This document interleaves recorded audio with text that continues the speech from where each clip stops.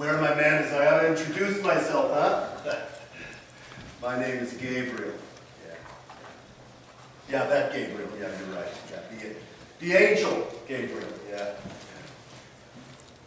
Well, I realize this is probably not what you expected when you think about looking at an angel, huh? But you might be surprised.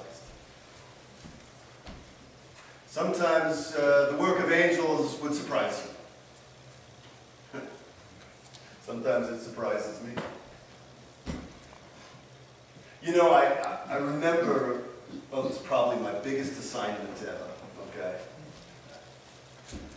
Yeah, that one surprised me. Now, when I heard that God was going to come down to earth, I was all in favor. I thought it was a great idea, you know? And I could picture how it was going to happen. I could just see it in my mind's eye, you know? A blinding flash of light. Boom! God appears. I love it. Or maybe, you know, a golden chariot flying right into the middle of downtown Rome, and God steps off. Yeah, I could see that happening. You know, what I never expected is what I actually got. I was handed this little wrinkled slip of paper, and it had an address in Nazareth. God is going to become a baby, it said. Tell the mom not to be afraid. And tell her to name him Jesus. Okay, this was not what I expected, all right? I mean, first of all, I don't want to be offensive, okay, but I've seen babies, you know. In fact, I was a platoon leader in Operation Bull Rush. I saw baby Moses. Yeah. And, you know, not to be indelicate, but I've seen what comes out of babies.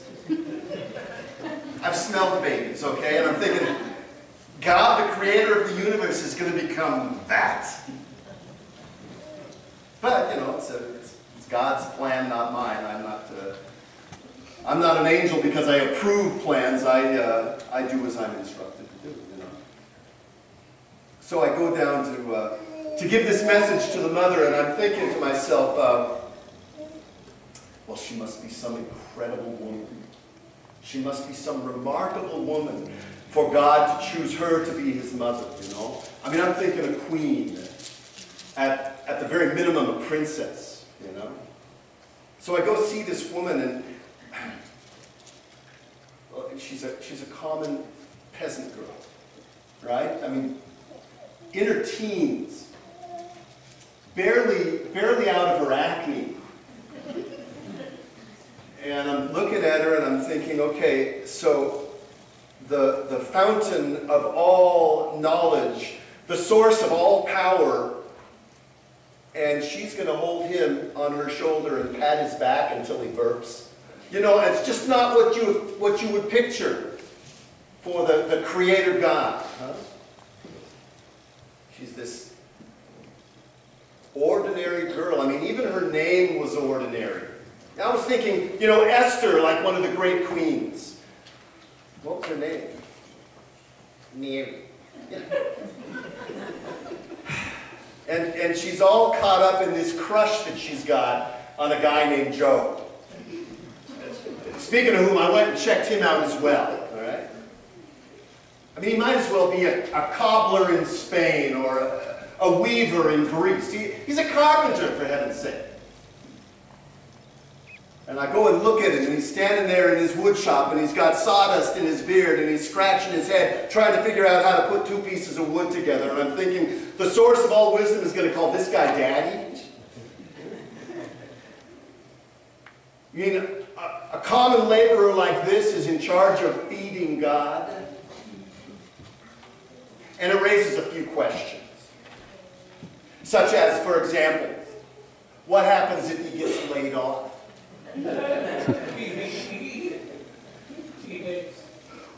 What happens if he has a bad day at work, he comes home and he takes it out by raising his hand against the kid.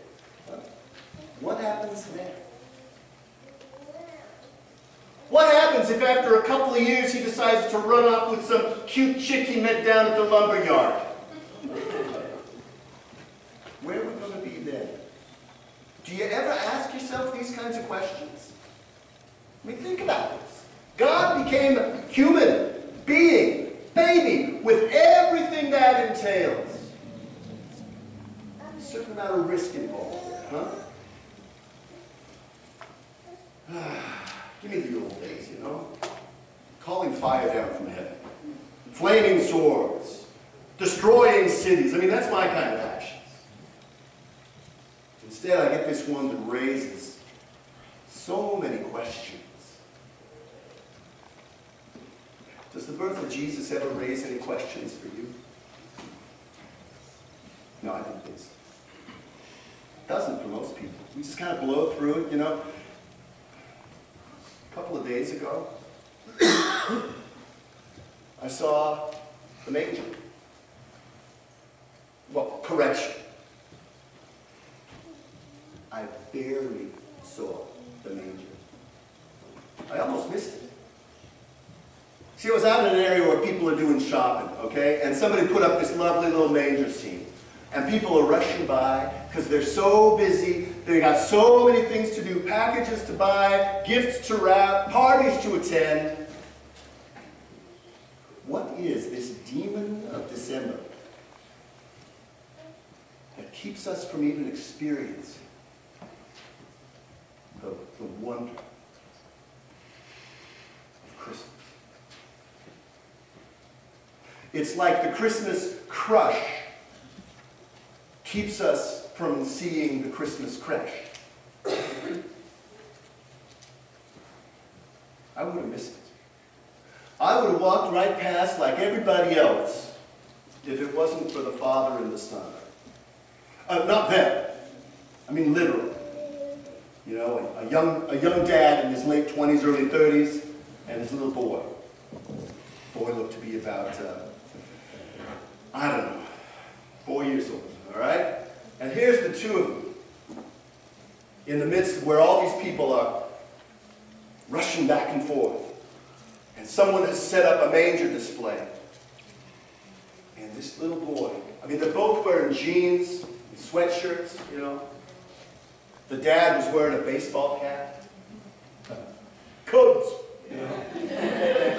Hope springs eternal, you know.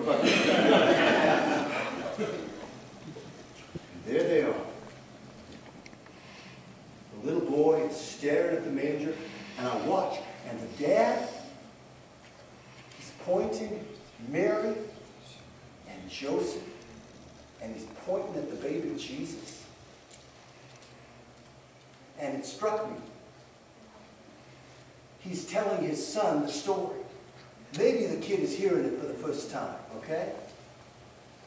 And you should have seen the little boy's face. The wonder in his eyes. The marveling on his expression. And I'm thinking to myself, what is he thinking? What questions are going through that little fella's mind? See, the tragedy is this. The tragedy is not that we don't have all the answers for all of our questions. Tragedy is we get so busy, so caught up, we don't even ask. We don't wonder. And then, this is the part I love. Because I got to help you see it here. The manger is set up there, and to kind of keep everything set properly, there's this kind of a fence, and it's got a rough-hewn bar right about there, and another rough-hewn bar right about there. These rough timbers kind of creating a little fenced area, you know? And this little boy is reaching up on his tiptoes and reaching across with his little arm, and I'm thinking, what is he doing? And then I realized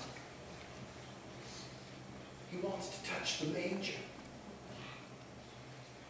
He wants to get a piece of straw. And his dad looks at him on his tiptoes, reaching across that top bar, and his dad says, "No, no, son." He pulls his arm back. He helps his son bend down so that he can reach in between the bars. And he reaches in and he touches the manger. And he pulls out a piece of straw.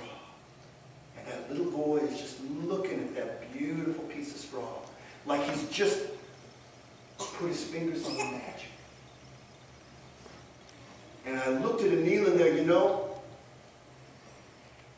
and here's what I realized. If you want to touch Christmas, if you want to touch the joy of Christmas, you're going to have to kneel. You're going to have to kneel before the manger. You're going to have to kneel before the one who was placed in the manger. If you want to touch the joy of Christmas,